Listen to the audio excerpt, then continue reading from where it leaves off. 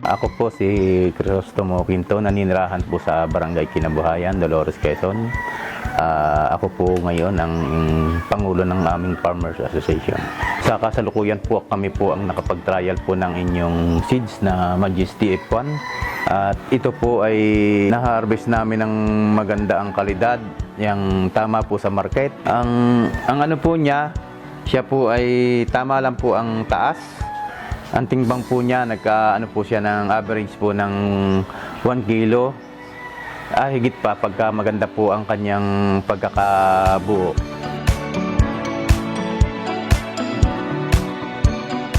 Punggok din, punggok ang anong kaibang variety.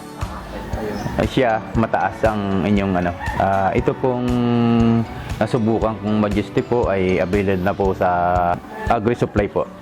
Ito po, nasubukan din po namin kanilang produkto, yung sa Repolyo po. Raptor Ball po ang kanilang variety. At maganda din po ang naging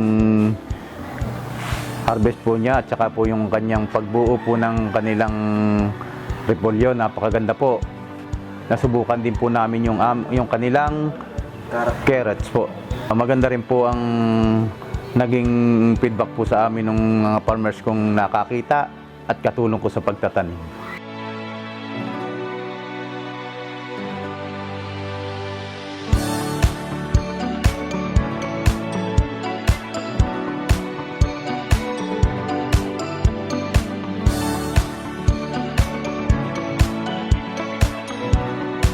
Ananyahan ko po ang kapwa ko farmers.